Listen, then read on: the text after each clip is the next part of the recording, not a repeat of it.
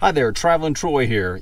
In my last video, I did a truck camper tour and kind of showed you everything inside the camper and in the cab area.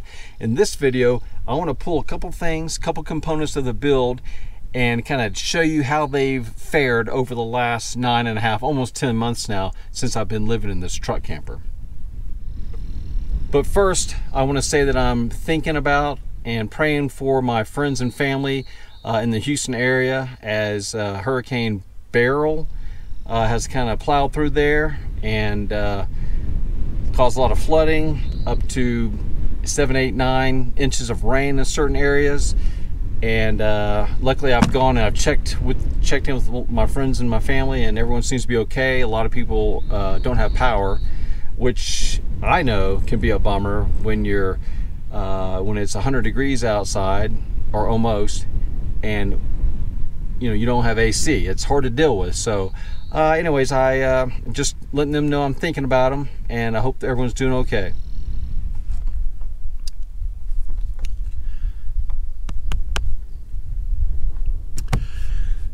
Well, for starters, let's talk about power. In my Astro van, I had 300 watts of solar panels, 3 100-watt solar panels, and they're connected to a 100 amp hour lithium battery. And it was easy to keep that 100 amp hour lithium battery topped off, because I mean 300 watts, that's a lot. So with my new setup, I've only got 175 watts. Let me swing around and show you. So like I showed in my tour video, I've got this 175 watt flexible Renogy solar panel, and that is all. Well, that, and also I can bring in power from the alternator from the truck as well. But right now I'm talking about just power without driving, and how I can keep the batteries topped off. So when I was back in Houston testing this truck out and hanging out with friends and family for 9 months, I noticed as it was getting warmer, I was having a lot of trouble keeping the battery topped off. As a matter of fact, at night I would get down to almost like 30% battery because it was so hot that I was always having to run the fan. And not only that, the refrigerator was just running constantly because the fridge is at 93, and like during the day it's 110 or so inside the truck. At night I was lucky if it got down to 85. So 39 degrees, trying to keep it at 39, that fridge ran almost all the time. And I noticed that the battery, I was having a lot of trouble. So I was really concerned, was 175 enough? 175 watts. Well, since leaving Houston, and now I've gone to Santa Fe, New Mexico, and now I'm in Colorado, temperatures are a lot cooler. If we hit 85, that's hot over here. So it's usually mid 70s or so, right at 80, and it gets down into the 40s at night, upper 50s, lower 50s, upper 40s. So the refrigerator is not working as hard at all, and I'm not using the fans as much. So I mean, like this morning, I woke up with 91% battery when I woke up. That was not the same when when I was in Houston. It was extremely hot. I'd wake up, like I said, with 30. So is 175 enough? Well, it just depends on where you are and how you're using it. So I think it's turned out okay now that I've left the extreme heat. Okay, let's talk about these MaxxAir dome fans. They're working pretty well.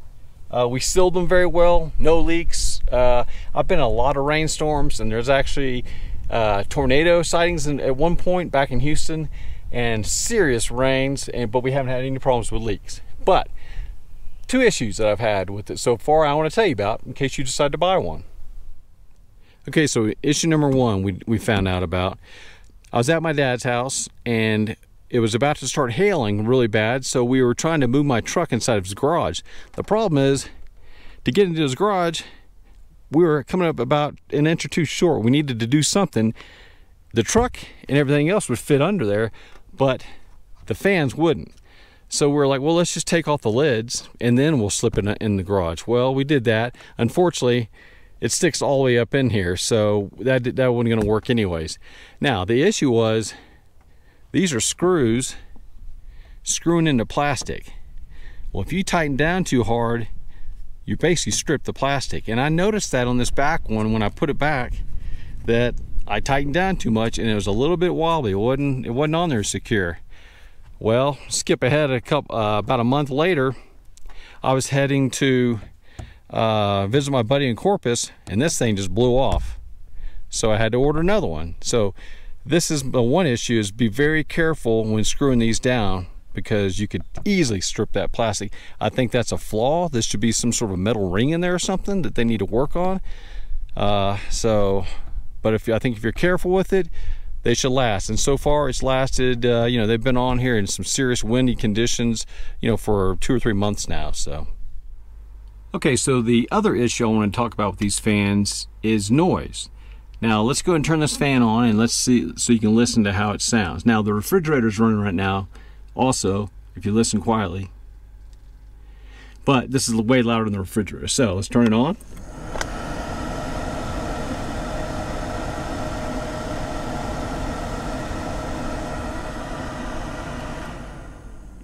And that's not bad, and you can honestly barely hear it outside. But the problem is this other fan, which I don't use as often, is a little bit louder.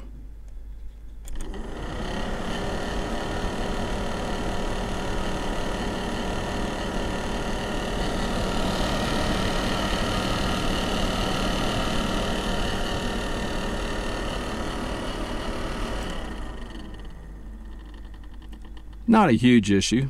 You know, I can live with it, but that's why I use that one. When I'm stealth camping in the city, I'm using that one. When I'm out here, I can crank them both on at the same time.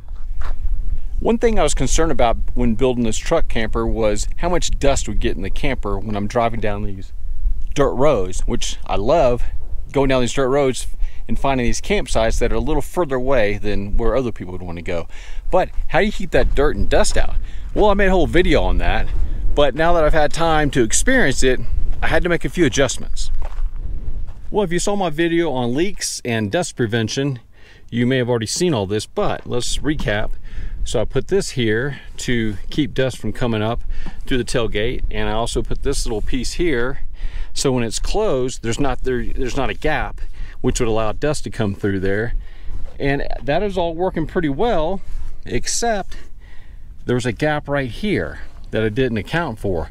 Actually, when I was in Houston, I kind of liked that gap because it allowed a breeze to come through, which is nice back in Houston. But when I'm out here, you know, you get all the dust and stuff. So what did I do to fix that? Let's check it out. So up here,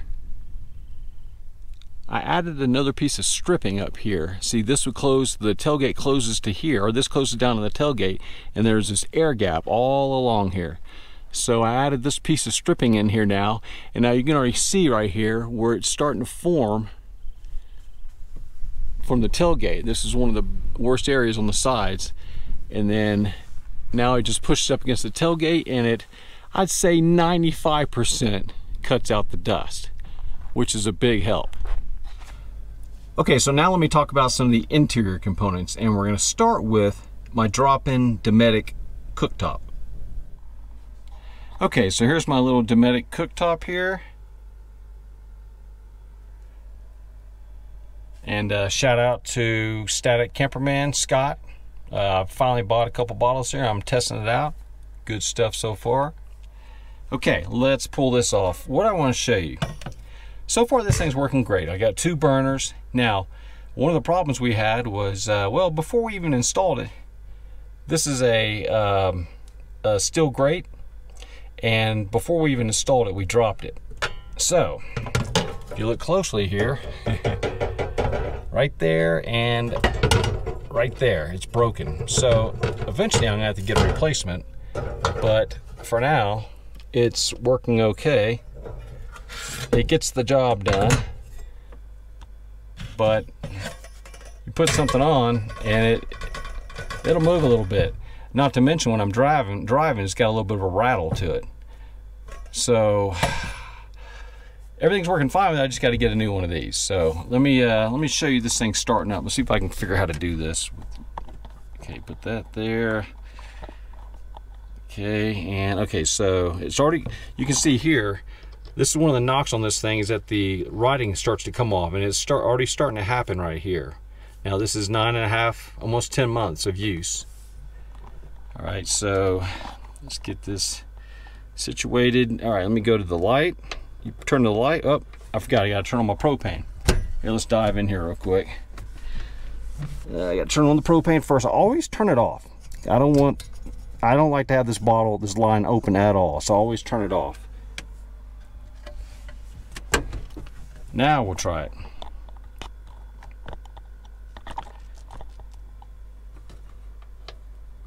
So you turn it to light, the gas starts coming out, hit the lighter button, and you can barely see it, but it is lit. You might be able to hear it. And then I don't turn it off from here, I actually turn it off from under here. That way I know everything in the line gets burnt out. So I turn it nice and tight, turn it off, and then it burns out. And then I come here and turn it off here. That way I know there's nothing left in the line. Oh, it's starting to get hot in here all of a sudden. Nothing left in the line, and but that's the stove, that's the cooktop, and that's the only issue so far. It's just the grate on top. Okay, so let me talk about cabinet doors now. Now these are, like I've said in my build videos and in my tour video, they've got magnets with striker plates on them, and that works great.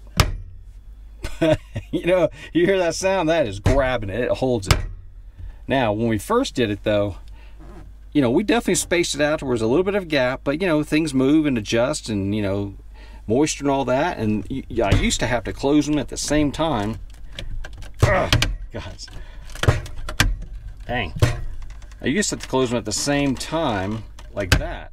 But now, things have moved around a little bit, or maybe the paint's worn off a little bit, but they shut fine now, both sides. They open and close just fine. So I'm really liking the cabinets. They're really nice. Okay, so something I don't know if I talked about much in my other videos is the backsplash here for the sink and for the stove. We got this little backsplash. Well, this was actually part of the original counter, and we cut it off. So this counter from here to all the way back here, because it goes under this part of the truck here. I gotta adjust my pop socket there.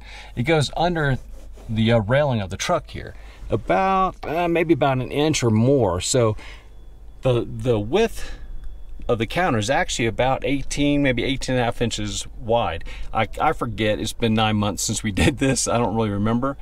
But from here to the backsplash, I know that's 17 inches. And what I like about this backsplash, well, of course, is a backsplash, first of all, keeps things from rolling off the back of the countertop, and it gives me all this room here to throw stuff. Now, right now, it's fairly cleaned up. It's pretty organized up there now.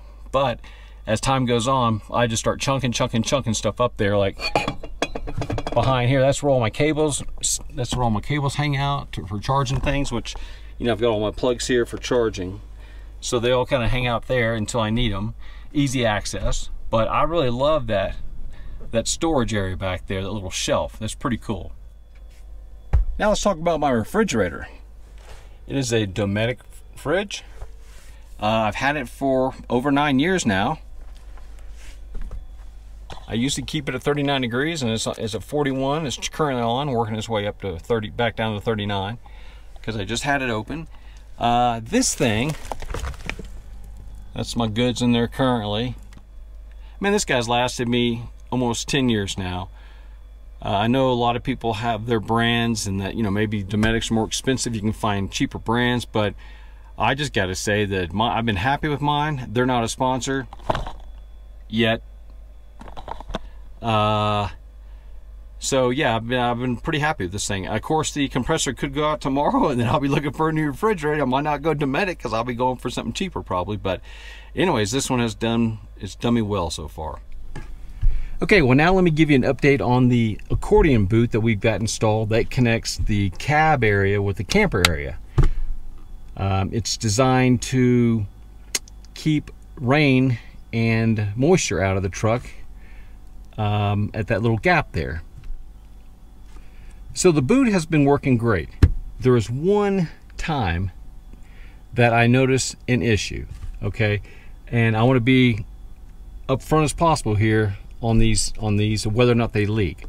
Mine hadn't leaked at all until certain circumstances are involved. So when I'm in the street, when I'm like in Houston, I was in the city streets and I was parked at an angle to where this side of the truck was angled down about 4 degrees, angled to the curb. If a very, very hard rain came through, I would notice some leaking, dripping, like right in this area. Or no, I'm sorry, it was right here and down in this area down here. So a little drip. On normal rain days, I would never notice anything, but when it was really gusty winds and hard downpours to where it would fill up right in here, I would notice that it would start to drip a little bit right in this area. Now, is it bad enough for me to worry about it? I don't think so. What I would normally do is I would lift this up. This is my little protector, so I can slide back and forth across, my little carpet protector. It's screwed in right here, so it kind of stays. I had Velcro here, but it didn't really stay too well. Basically, I'd lift this up and I'd lay a towel along here and then up through there when I knew it was gonna be a hard rain, and lay this back down over the towel and kind of push it in, and that towel would kind of just sit there, and if it did rain hard, it would soak up any moisture that came through. So that's my immediate fix for it. I'm gonna keep an eye on it over the next months and see how it goes. If I continue to get leaks, I may come through here and maybe caulk it or something, or die cast, you know, do something in here to kind of seal it up and keep it from, because apparently it's building up here and then starting to roll down, and then it just kind of overflows the junction there and drips out. So that is my only issue I've had with it so far. Everywhere else, it seems to be doing pretty well. And I love it, going, you know, sliding in and out, nice and easy. It came in real handy when I was in Houston, and I would, you know, go park my spot at the night, turn off the lights, look around, no one's looking, put all my shades up in the front, slip straight to the back. I love it for that.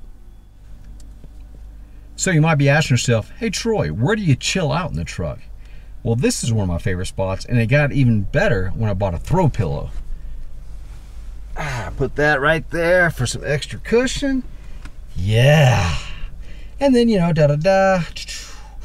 on the phone, I can put my my tablet over here and like watch a movie right here. I can eat dinner here, and then I have my fans. If it's hot, I can put my fans on to circulate some air over here. But yeah, this is a pretty nice little chill spot. This is probably my #1 chill spot. #2 would probably be swinging around this way, get the fan right there turned on you, and then legs stretched out that way. Chill spot #2. What's chill spot #3, you ask? Let me show you.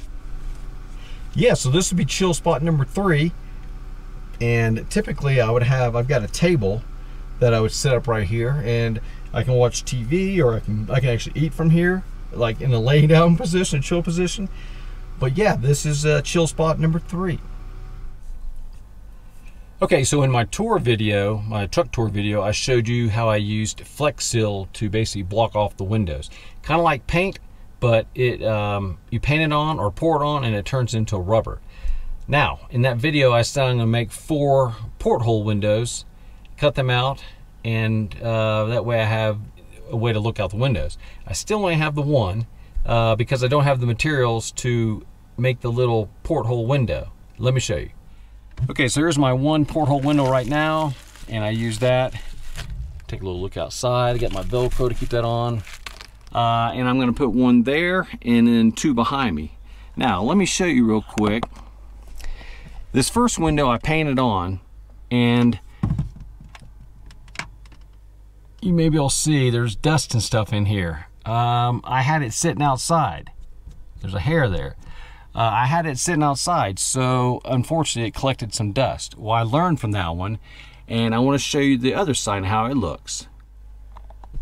Okay, so here's a look at the other side, and there's my I had this bar here, so that when the mattress is up against it, it kind of helps alleviate some of the pressure up against the window. It's not as big of a deal as it used to be when I first set it up, but I used to be really concerned about it, so that's why that bar's there. Anyways, so here's how this looks. It's a lot better. It's got regular dust on it. It's not caked in, but this side I poured it on, and then I used the brush to smooth it out. And this one just came out way better than the other one. And I'm still going to cut a porthole window here and a porthole window there. So when I sleep with my head this way, so if I need to look out the window, I'm laying there, I can just pop this one down real easy. And then, you know, when I'm cooking, I can flip back here from the cooking area and then flip this one down and look at it. So that's the windows. I think they're working pretty well, and I tell you what, it definitely killed the whole condensation problem, that's for sure. Here, let me give you a look at the truck from the floor all the way up. We've done these floors 3 times. I really like the looks of them. But here's how it looks.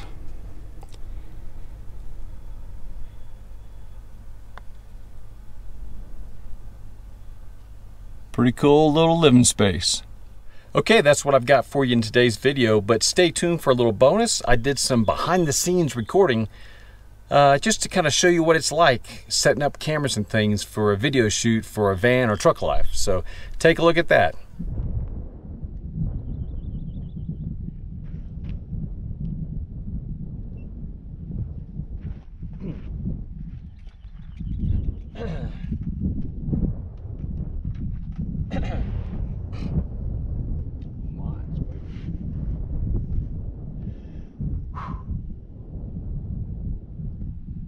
Hi there, Traveling Troy here.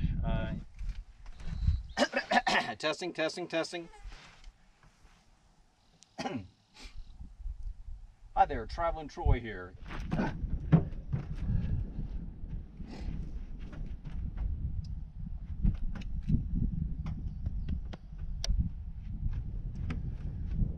Well, for starters, let's talk about power. So if you saw my video on preventing water leaks and dust, you may already know about this, but so up here I added another piece of stripping up here. See, this would close, the tailgate closes to here, or this closes down to the tailgate, and there's this air gap all along here. Testing.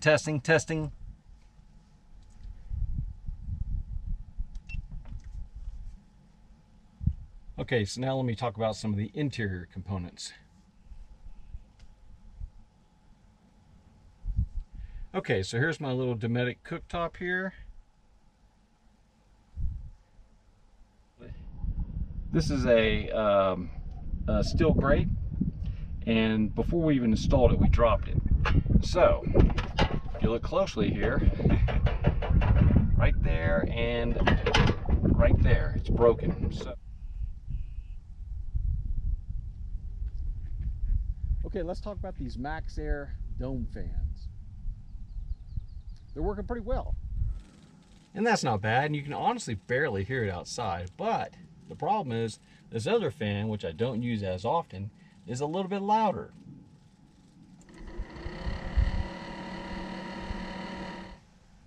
Put that right there for some extra cushion. Yeah. Swinging around this way, get the fan right there turned on you, and then legs stretched out that way. Chill spot number 2. Okay, well, thanks a lot for watching another Traveling Troy video. Stay tuned for the next video for something a little different. And once again, I want to say I'm thinking about you, praying for you, my friends and family in Houston, Texas. I hope you can get through this whole Beryl hurricane issue as fast as possible and get the lights turned on and let the waters go down, and I hope everyone's okay. And we will talk to you soon. For my viewers, thanks a lot again for watching. See you next time.